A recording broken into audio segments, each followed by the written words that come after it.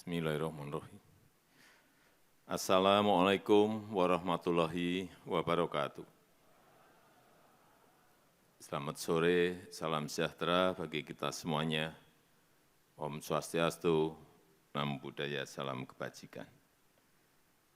Yang saya hormati Ketua MPR RI, beserta para pimpinan lembaga-lembaga tinggi negara, yang saya hormati para menteri dan wakil menteri, Kabinet Indonesia Maju, Panglima TNI, Kapolri,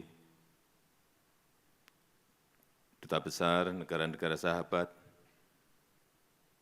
Gubernur DKI Jakarta, yang saya hormati Ketua Dewan Pers, Ibu Nini Rahayu, beserta seluruh jajaran pengurus Dewan Pers, yang saya hormati Ketua PWI Pusat, Bapak Henry J.H. Bangun, beserta seluruh jajaran pengurus, seluruh tokoh pers yang hadir, rekan-rekan wartawan, Bapak Ibu hadirin undangan yang berbahagia. Sebelum lupa, yang pertama saya ingin menjawab keluhan Pak Henry tadi mengenai gedung pers Pancasila yang ada di Kota Yogyakarta, paling lambat minggu depan sudah dicek di lapangan, Pak. Semuanya akan dibangun oleh Kementerian PU. Saya belum tahu habisnya berapa, tapi sudah saya sanggupi dan segera akan dibangun.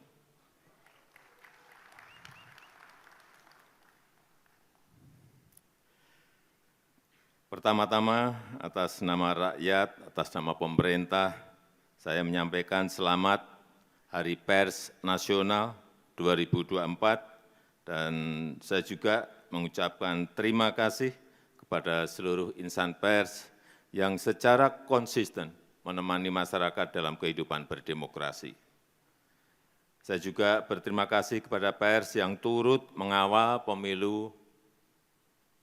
pemilihan umum 2024 yang baru saja kita jalani. Saya juga sering dikritik tajam, ada gambar wajah saya yang unik-unik, yang aneh-aneh di sampul media, di sampul majalah, di media sosial, dan ramai sekali, aneh-aneh, tapi tidak apa-apa, tidak ada masalah buat saya. Tapi cucu saya ada yang komplain. Mbah, manggil saya kan Mbah, wajah Mbah kok jadi digambar jelek banget. Ya, itulah. Ini bagian dari penghormatan saya atas kebebasan pers, kebebasan berekspresi, dan kebebasan berpendapat. Bapak Ibu insan pers sekalian, pemerintah menyadari berbagai tantangan yang dihadapi oleh insan pers di era digital. Oleh karena itu, pers terus berupaya oleh sebab itu, pemerintah terus berupaya untuk mendukung ekosistem pers yang adaptif dengan tetap menghormati kebebasan pers. Seperti yang sudah saya sampaikan pada peringatan Hari Pers Nasional tahun lalu, jurnalisme berkualitas dan keberlanjutan industri media konvensional menjadi perhatian penting pemerintah dan ini yang dinanti-nanti. Setelah sekian lama, setelah melalui perdebatan panjang, akhirnya kemarin saya menandatangani peraturan presiden tentang tanggung jawab platform digital untuk mendukung jurnalisme berkualitas atau yang kita kenal sebagai Perpres Publisher Rights. Prosesnya memang sangat panjang, banyak perbedaan pendapat, dan saya tahu ini melelahkan bagi banyak pihak, sulit sekali menemukan titik temu. Dan sebelum menandatangani, saya juga betul-betul mendengarkan aspirasi dari rekan-rekan pers.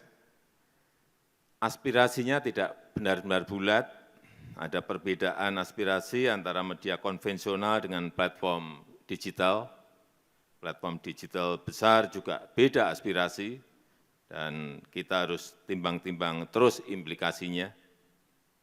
Dan setelah mulai ada titik kesepahaman, mulai ada titik temu, ditambah lagi dengan Dewan Pers yang mendesak terus, perwakilan perusahaan pers dan perwakilan asosiasi media juga mendorong terus, akhirnya kemarin saya menaikkan Perpres tersebut. Bapak Ibu yang saya hormati, perlu saya ingatkan tentang semangat awal dari Perpres ini. Kita ingin jurnalisme berkualitas, jurnalisme yang jauh dari konten-konten negatif, jurnalisme yang mengedukasi untuk kemajuan Indonesia. Kita juga ingin memastikan keberlanjutan industri media nasional, kita ingin kerjasama yang lebih adil antara perusahaan pers dan platform digital, kita ingin memberikan kerangka umum yang jelas bagi kerjasama perusahaan pers dan platform digital. Perpres ini sama sekali tidak dimaksudkan untuk mengurangi kebebasan pers.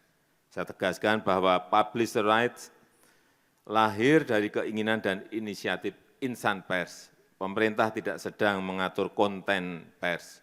Pemerintah mengatur hubungan bisnis antara perusahaan pers dan platform digital dengan semangat untuk meningkatkan jurnalisme yang berkualitas.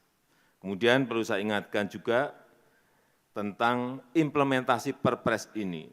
Kita masih harus mengantisipasi risiko-risiko yang mungkin terjadi, terutama selama masa transisi implementasi Perpres ini. Baik itu perihal respon dari platform digital dan respon dari masyarakat pengguna layanan.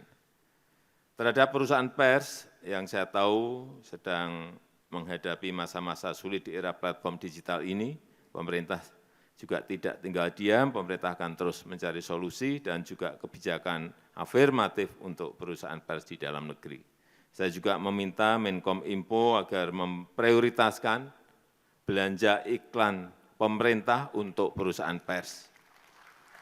Ini berkali-kali saya sampaikan, minimal untuk bantalan jangka pendek. Memang ini tidak menyelesaikan masalah secara keseluruhan.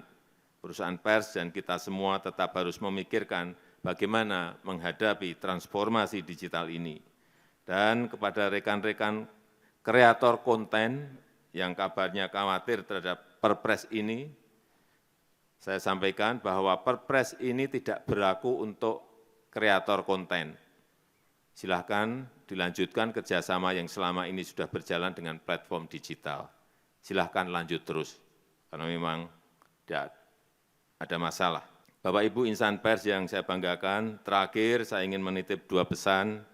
Pertama, pers harus tetap menjadi salah satu pilar penjaga demokrasi. Pers harus menjadi rumah bersama untuk menjernihkan informasi. Beritakanlah fakta-fakta apa adanya, tapi bukan mengada-ada, bukan asumsi-asumsi, bukan seolah-olah ada. Yang kedua, saya sangat berharap perusahaan pers dapat memikirkan langkah-langkah konkret dan strategis, terus melakukan inovasi agar adaptif dalam merespon perubahan zaman, mampu berdiri tegak secara mandiri di tengah gempuran persaingan global. Saya rasa itu yang ingin saya sampaikan dalam kesempatan yang baik ini. Terima kasih. Wassalamualaikum warahmatullahi wabarakatuh.